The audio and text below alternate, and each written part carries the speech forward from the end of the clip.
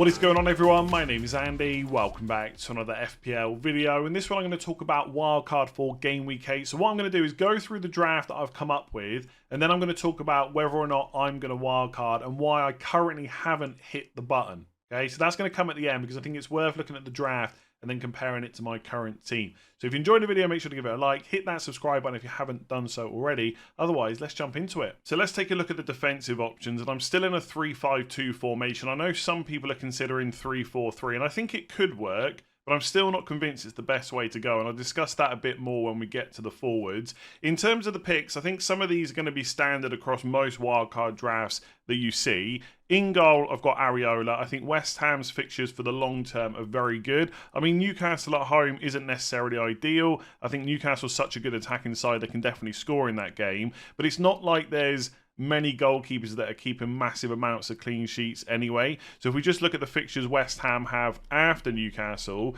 it's Villa away, then they get to play. I won't go through the home and away, but it's Villa, Everton, Brentford, Forest, Burnley, Palace, then Spurs, which is tricky. Then it's Fulham, Wolves, then it's Man United, Arsenal, Brighton. So that little spell from game weeks 18 to 20, again, is a bit difficult. But then it's Sheffield United, Bournemouth. So overall, the fixtures for West Ham are good for a very long time.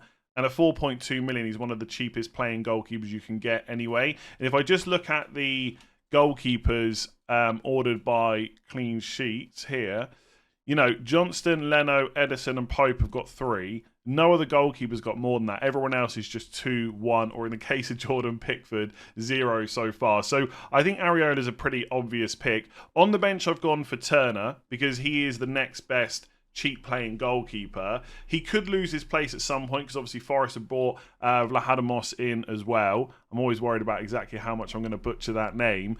And Turner's performance at the weekend wasn't great, I would say. Obviously, he probably should have given a penalty away for Wissa. Didn't really cover himself in glory for the goal as well. So there's always that slight worry there. But I think it makes the most sense just to have him in case he does keep his place. If you're really tight on funds, and for this draft with my team value, I've got nothing in the bank, you could drop him down to a 3.9 million goalkeeper just to have that bit extra to spend and just hope that Areola keeps his place for the whole season, which I think is quite likely for what it's worth.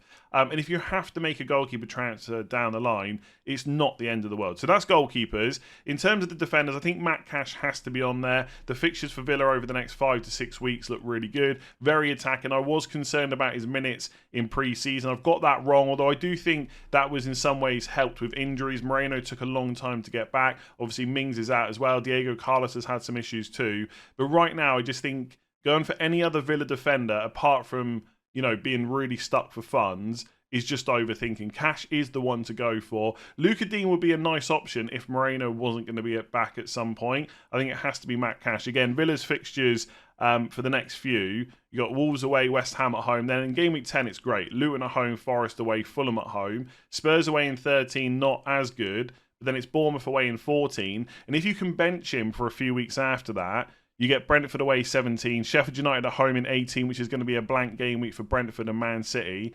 Then you got Burnley at home in 20.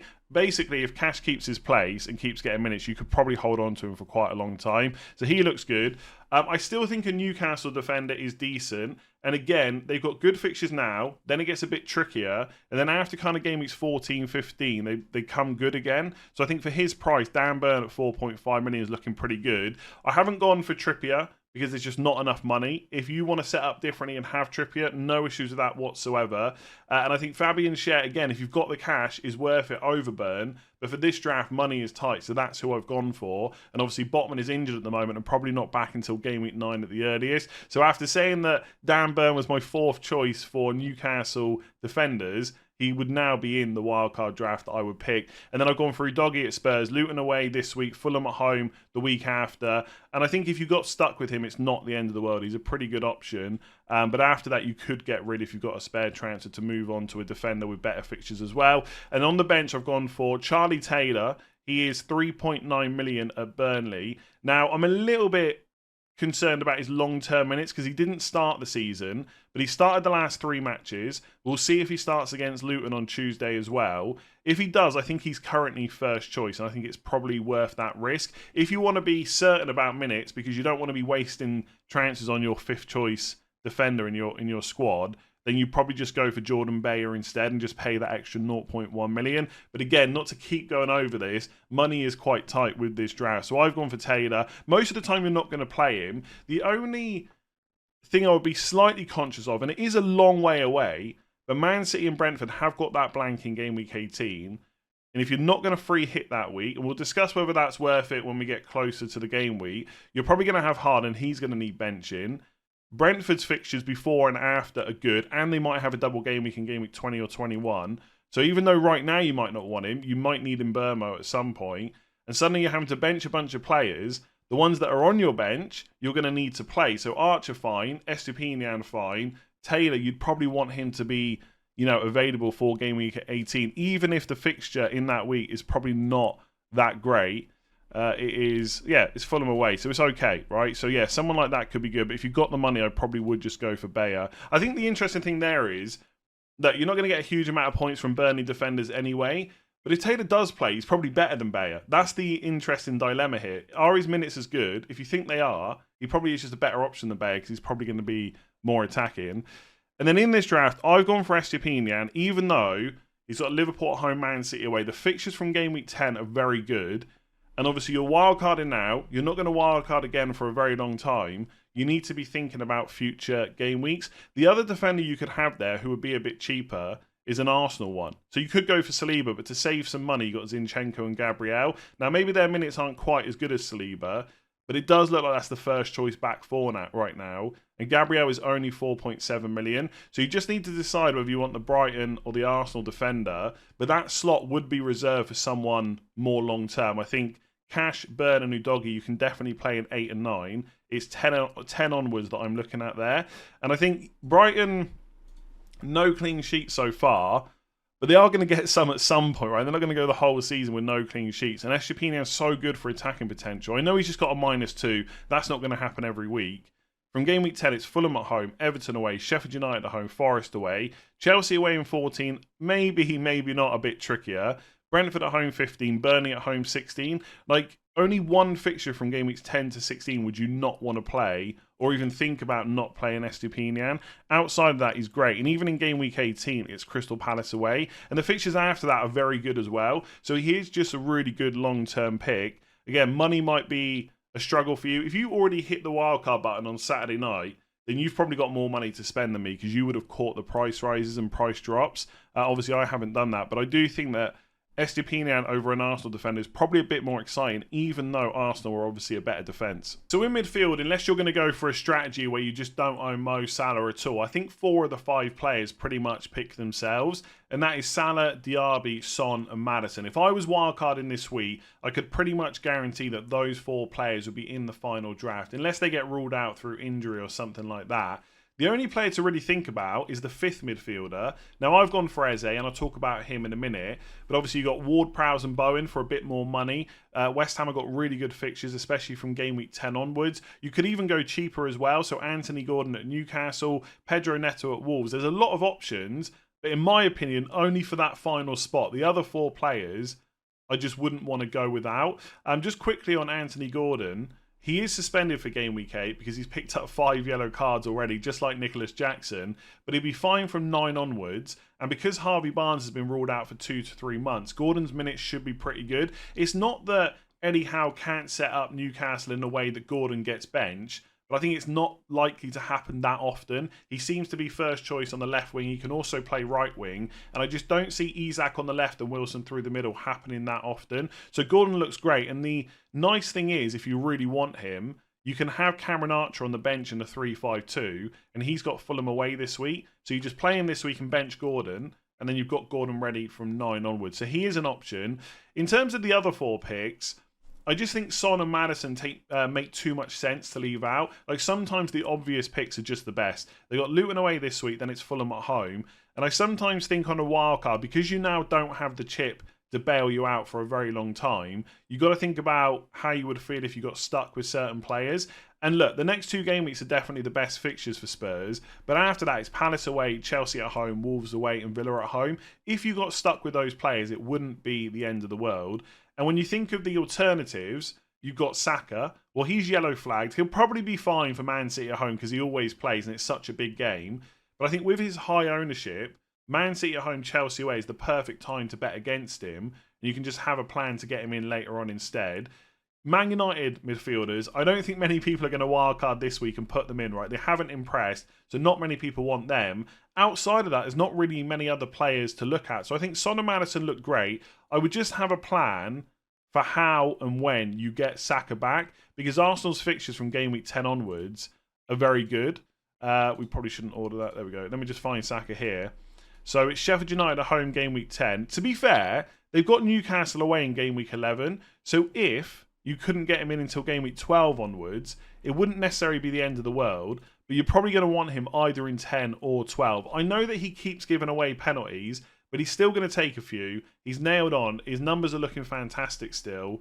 He just looks like an obvious player to have at some point, because from 12 onwards, it's Burnley at home, Brentford away, Wolves at home, Luton away. You're going to want him, I think, at some point, either game week 10 or 12. In this draft, I haven't got much money, so Son to Saka is one option. If you've got a bit more cash to spend, you could leave a bit in the bank to do Maddison to Saka in game week 10. That's another option that I would look at. But either way, I would have Son and Maddison. With Salah, he's a genuine captain option over the next few weeks. Not necessarily every week, but there are weeks coming up where you could consider it. Possibly even in game week 8. I know not many people are talking about this, but I think Haaland away to Arsenal, look, he's always a good option every time he plays. But if you're ever going to back against him, this is the week to do it. And the obvious player that most people are going to go to is Son at Spurs for Luton away. But if there's any doubts around him, because he has come off early the last couple of games and looked in a bit of discomfort after the Liverpool game as well, then surely Saka's the next best option. Brighton, no clean sheet so far,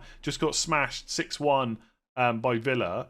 And obviously Liverpool have looked great, Salah in particular, nailed on penalties, all that stuff we love about him. That's probably the next best captain. But even outside of that, like game week 9, if you wanted to back against Haaland for Brighton at home, you could go Liverpool at home to Everton. Game week 10, Haaland's got Man United away. Now, I know on paper it looks great, and everyone remembers when Haaland smashed Man United last year, but that was the home game. Away to Man United, he blanked, and Arsenal have got Sheffield United at home, and Liverpool have Forest at home. So there are other options there. So Salah would be in for me. Do I think it's viable to go without him? Yes. Do I think it's viable to go without Haaland? Yes. Would I do either of those things? Probably not, but that's just me. And then Diaby, I've already spoken about Villa's fixtures. They're great. He looks pretty nailed. Minutes look good. I just think he's a fantastic option. And because there are so many 6.5 to kind of 7 million midfielders, you could always move him on later on if needed. Just quickly on Eze, he doesn't have many returns so far this season. I think anyone that's owned him is probably pretty frustrated.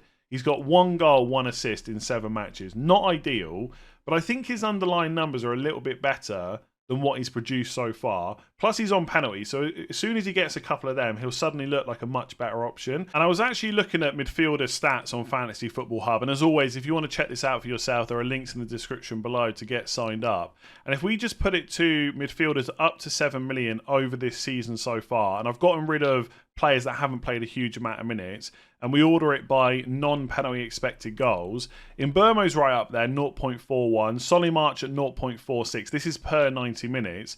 Eze is kind of the next one that people are going to be looking at 0.33. So that's even higher than someone like Diaby. And he does take a lot of shots, often from range. So sometimes it's kind of low quality expected goal shots that he's taking. But overall, he just seems like a pretty solid player that maybe hasn't quite delivered what we would have expected, but he is capable of doing more. And if we look at the fixtures for someone like Eze, it's a little bit of a annoying time to bring him in, because Nottingham Forest at home isn't too bad, but then it's Newcastle away and Spurs at home, which isn't ideal. But after that, it's Burnley away, Everton at home, Luton away, West Ham away, and Bournemouth at home. So I feel like as a long-term pick, from 8 to 15, he's not too bad. If you want someone better in the short term, there are other players you can obviously go for. But if you're prepared to hold on to him for a while, for a player that you're never going to worry about starting, he is on penalties and stuff like that, his underlying numbers look pretty good, I think he's a decent enough option. It all comes down to how much money you've got to spend. But the other 4, like I said, they're just pretty obvious to go for.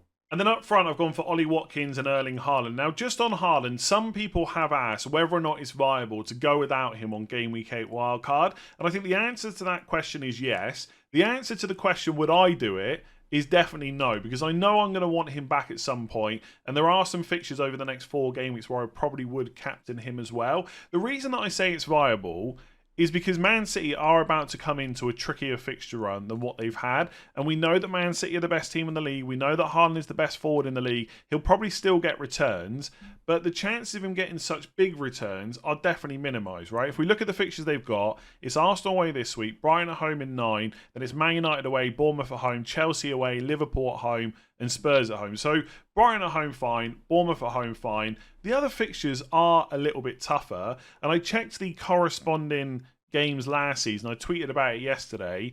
And obviously things have changed, right? City have got different players. Other teams have got different players. This isn't a perfect comparison. I wouldn't use this anyway to decide whether or not to keep Haaland, but I thought it was interesting enough to tweet about. So in Arsenal away, he got 1 goal. Brighton at home, he got 2. Bearing in mind that's only 2 game weeks away. Man United away, he blanked. Bournemouth at home, he got 1 assist. Although that is the game, if I recall correctly, where Foden should have squared the ball to him and he didn't. It would have been a tap-in, an open goal, but whatever, 1 assist. He blanked against Chelsea away. Liverpool at home, he didn't play. And then Spurs at home was 1 goal as well. So he got 5 returns in those 7 games, right? Can he get more than that this season? Of course he can. I'm just trying to point out that fixtures do matter, even for Erling Haaland. And I just think over the next few weeks, there are game weeks where you could go against him. Game week 8 is 1. Even in game week 9, where he's got Brighton at home, you could go for Salah against Everton at home. Game week 10, he's got Man United away. You could go for Salah against Forest at home, Saka against Sheffield United at home. Game week 11, he's got Bournemouth at home. Now, personally, I'd want to captain him in that. But like I've already said, Salah's got Luton away. That is an option. Game week 12, he's got Chelsea away. Man United got Luton at home. You could look to bring in Rashford or Fernandes if they're looking good. Saka's got Burnley at home. Son's got Wolves away. Liverpool have got Brentford at home. Game week 13, him and Salah play against each other and Haaland's at home. So that week you would say that he's better than Salah. And elsewhere, there's not necessarily too many standouts, but you could go Saka away to Brentford. You could go Son at home to Villa. Game week 14, Spurs at home. Who have Liverpool got? Fulham at home. I would say Salah's better. So there are plenty of reasons why you could look to go against him. But I know I would want him back. And I don't want to leave myself in a position where I'm kind of stuck. And also, when I look at this draft, do I feel like I've made lots of compromises to get Salah and Haaland in? Probably not. What upgrades would I make if I dropped him? I'd probably have Trippier over Burn. Like, he's an upgrade. I'd probably looking at having another Liverpool player, probably Trent Alexander-Arnold, ready for when their fixture swing happens. Is that enough to drop Haaland? It could be, right? And if people go against him, I wish them the best of luck. But for me, it's not enough. And also, which forward would you go for? Like, I know people really like Darwin Núñez at the moment. And I think looking at Liverpool players is great because the fixtures are decent. But unless Gakpo's out for a while, I'm always going to be worried about his minutes. He was benched after the last international break. Well, game week 9, Everton at home is a 12:30 kickoff, and it's after the international break, so that's already a doubt for Núñez, I would say. And then 4 weeks later, there's another international break. Now, I can't remember when Liverpool are playing that week. I think it is game week... Let me just check here. Oh, yeah, sorry, game week 9, then it's going to be game week 13, isn't it? Yeah, game week 13, Liverpool aren't playing until 3 o'clock on Saturday, but the games haven't been rearranged then, so we don't know when they're playing. But that could be another issue. So you could go for Alvarez, maybe. I don't know, it just doesn't feel right to not have Haaland in there. I think it's viable, but I wouldn't do it. That's the long and short. I won't keep rambling on about that. With Ollie Watkins, is this a big knee-jerk because he's just got a hat-trick against Brighton? Yes. But I also think it's kind of the perfect storm that if I was wildcarding this week, it probably would make sense to have Watkins and then downgrade him later on because of how good Villa's fixtures are. Obviously, he doesn't have penalties, which isn't great. And he has been substituted a little bit earlier in some games than we would have expected last season. But he is still pretty much nailed on to start. And Villa are such a good attacking team. I think it makes sense. Like this week, you get Wolves away instead of Alvarez against Arsenal away. In game week 9, when Alvarez has got Brighton at home, Watkins has got West Ham at home. And then after that, as we know, the fixtures are Luton at home, Forest away, Fulham at home. So after that, maybe you look to move on to another forward. But at that point, maybe Alvarez isn't even the next best choice. Maybe it makes sense to go somewhere else instead. So I think if I was wildcarding in game week 10, even though that's when Villa's 3 really good fixtures are, I'm not sure I would definitely have him just because of how I would want to set up the overall team. But I think this week I would. And I know it's only 2 game weeks difference, but these things do change over the space of just a couple of weeks. But I think it makes a lot of sense to have him. I guess the key player that's being dropped that a lot of people have only just bought in is Trippier. So you could go for Alvarez instead of Watkins and Trippier instead of Bird, and then maybe shift a bit more money around. But then you've got to ask yourself, is it worth wildcarding if you're making less changes? And maybe it is. It's going to be very team dependent, etc. But yeah, overall, I think that looks pretty good. I did check the team on the My Team tool on Fantasy Football Hub. You can check this for free, by the way. Links in the description below, as always. It comes out at 95%. Now, it does want to captain Harden over Son or Salah. I don't necessarily agree with that. But overall, the team looks pretty solid. In Game Week 9, obviously, it looks great as well. Your 3 defenders that you would play this week then all have home games. You could play Turner instead of Areola as well if he's still got his place against Luton at home. I mean, there's no risk really in just starting him. And if he doesn't play, you get Areola off the bench anyway. So you're not having to make a transfer until Game Week 10. And even in Game Week 10, all your fixtures look pretty decent. And so if you've got the luxury of making a move, you can start to think about maybe moving Spurs players on and stuff like that. So I think the draft looks pretty good. And that is probably roughly what I would go with. Let me know what you think about it in the comments below. And now I'm going to chat about whether or not I should wildcard this week. So I'm going to run through my team and compare it to the wildcard draft that I've just come up with and essentially discuss why I haven't yet hit the wildcard button. Because some people are wondering, like, what is the deciding factor? How do we know whether to wildcard? And I would say there's not usually like a set of criteria that you have to meet. It's going to be different for every individual. But I guess ultimately it's about how many extra points you can get, right? How many changes do I want to make or need to make? And how many extra points is that going to get me? And if the answer is quite a lot, then maybe this is the week to wildcard for you. I think some of the reasons that people have gone in Game Week 8 is because they've got a lack of Spurs players and they want to target Luton away, Fulham at home. I think they're sick of Man United players. They're probably sick of Brian in Burmo as well. If they've got Pickford, they're definitely sick of him. So there's quite a few changes they can make and they can get Spurs players. And also I think, maybe it's a bit harsh to say there was a bit of panic, but I think one of the deciding factors was a lot of the players in Game Week 8 wildcard are going to be the same in Game Week 10, and a lot of those players are changing in price. So it's about team value as well.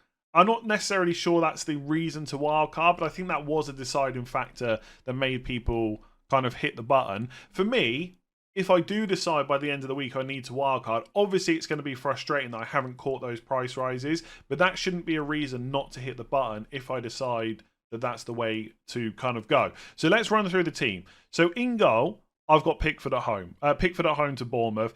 Obviously, he's been a bad pick. The outcome has been awful. Is Pickford against Bournemouth at home that much worse than, let me just go back to Game Week 8, Areola against Newcastle at home? I would say no, right? I think, would I want Areola long term? Absolutely. Do I care about having him for Newcastle at home? Not really. So goalkeeper's not a problem. I've got Trippier. In the wildcard draft, it's Dan Burn. Trippier is definitely the better option. Obviously, over a couple of game weeks, you would really need the bonus and the attacking returns to come in for Trippier to warrant that extra price, because they're both going to get the clean sheets anyway. But if you could pick between the two, money no factor, obviously you'd go for Trippier. So I've got the better option there. And I've got Udogie, same as I would have on wildcard. Pedro Porro is definitely an option as well if you've got more money to spend, but I just don't have it for that draft. And then this is where the issues kind of crop up. Sven Botman on my bench, who's now injured, has caused a lot of issues. That's actually another reason a lot of people have wildcarded, because they were going to play him this week, but now they can. And most people's other defenders just don't have great fixtures. So for me, it's Estupiñán against Liverpool at home, or Kabori against Spurs at home, neither of which are ideal. But obviously, I could use a free transfer, get rid of Estupiñán, and either bring in cash, right? Or, which is on what? Let's just put cash in, right? I'll discuss my other moves on team selection. I could just put cash in. So at that point, I would actually argue my defence is better than the wildcard draft, because I think Pope against Bournemouth at home is maybe slightly better than Areola against Newcastle at home. Like West Ham better defence, but Newcastle better attack. And Trippier is definitely better than Burn. Midfield is where the real problems start. So I've already got Son. I don't have Maddison. And because I've got to make a defender transfer, Saka to Maddison would be a hit. So I probably wouldn't do that. So I'd keep Saka at home to Man City instead of having Maddison away to Luton. Could Saka outscore him? It's possible. He's on penalties. Well, mostly on penalties. It is a home fixture, but it's not great. For me, it's really Fernandes, Rashford and Burmo. That's where I'm putting my hope, because I could have Eze Diaby and Salah. And on paper, I definitely think that looks better. I'm massively worried about Mbeumo. He played very wide against Nottingham Forest. Wasn't really in the box at all. Could have had a penalty, and then maybe I'd think differently. But he is a little bit of a concern. But in game week 9, he's got Burnley at home. And Rashford and Fernandes have been awful. Right? I wouldn't put them on wildcard. I wouldn't begrudge anyone that wants to sell them. But they are still two players that we know can get points on their day. Like Fernandes, for example, got 10 points literally last week, right, in game week 6. And in fact, fun fact for you, not really that fun, Fernandes has outscored Salah last 2 game weeks, right? Only by 1 point, but it all counts, right? Yes, not great, but is that worth a wild card? That's the question. And for some people, the answer is yes. People are screaming at the screen right now saying, you've got to wild card. What are you even talking about? I get that. But basically what I think, I don't want to ramble too much here. I think the Game Week 8 wildcard draft definitely outscores my team in Game Week 8 because I think Salah, Diaby and Eze are definitely better than Mbeumo, Rashford and Fernandes, and Watkins is better than Alvarez. But in Game Week 9, I don't necessarily think it's the case because Mbeumo's got Burnley at home, Rashford's got Sheffield United away, and obviously so does Fernandes, and Alvarez has got Brighton at home. They all look pretty good. I've still got Trippier instead of Dan Burn. I can play Turner instead of Pickford. And if I don't have to make a goalkeeper transfer or anything like that, I can sell Saka and get Maddison. So then I'm pretty close to the wildcard team anyway, if not slightly better. Like, I'd rather have Mbeumo, Rashford and Fernandes in game week 9 than probably Salah, Diaby and Eze. Now that could be famous last words. I could look like a right idiot. But keeping them for Sheffield United away was always the plan. So I think my team looks pretty good in game week 9. And obviously the beauty then is, in game week 10, I've got the wild card, and I can just do something a little bit different than maybe people do in game week 8. So for my team, I personally think it's quite a close call, and I don't think there's a right or wrong answer. I think I could wild card, and that could be a good decision. And I think if I don't wild card and I get a bit of luck, that will also look like a good decision. That's why I've not yet hit the button. And I think in game week, just to go to the wildcard team, in game week 10, it looks perfectly fine. Right? There's nothing wrong with it whatsoever. But I do think I would do things a little bit differently, right? I wouldn't have Udogie. I wouldn't have double Spurs attack. I'd probably go for a cheaper forward than Watkins. And to be fair, having Watkins for Luton at home is not a problem. But having that cheaper player means I can probably get Bowen instead of Eze. There's just enough changes that I would make to maybe warrant holding on to it, especially if my players do the business in 8 and 9 and outscore that game week 8 wildcard. Again, it could go wrong. I could be on less points, but that is kind of just how I feel about it at the moment. I think on those 50-50s, you just got to realise it's football, it's FPL. It can go wrong or it can go massively right. I don't whether or not there's enough changes on game week 10 wildcard to warrant holding on to it, maybe there isn't. And one thing that I am worried about is if I don't wildcard in 8, I feel like I do have to wait until 9 because I'm not going to want to wildcard my team when it looks like that in game week 9, right? It just looks so good. I'm not going to want to wildcard it. So then I've got to wait an extra week and I could miss out on even more price rises. So all I'll say is don't be completely surprised if I wildcard by the end of the week. But right now I'm leaning no wildcard. I just want to leave my options open in game week 10 where I do think there's going to be a bit more variation. I think this week, Areola, Burn, Cash, Udogie, either Estupiñán or Gabriel on the bench, and then the 4 midfielders I've spoken about, and Harden and Watkins, they almost pick themselves. I think you're going to see those players in most wildcard drafts. On game week 10, I think there's going to be a bit more variation, and if things go well before, that's going to then feel pretty good to be able to differentiate my team a little bit more in game week 10. But you know what? It could go massively wrong. If you've enjoyed that video, make sure to give it a like and hit that subscribe button if you haven't done so already. Make sure to check out Fantasy Football Hub as well. Links in the description below. And if you're listening on podcast, please do rate 5 stars. Appreciate all the support, whatever platform you are watching or listening on. I will catch you again tomorrow for transfer tips.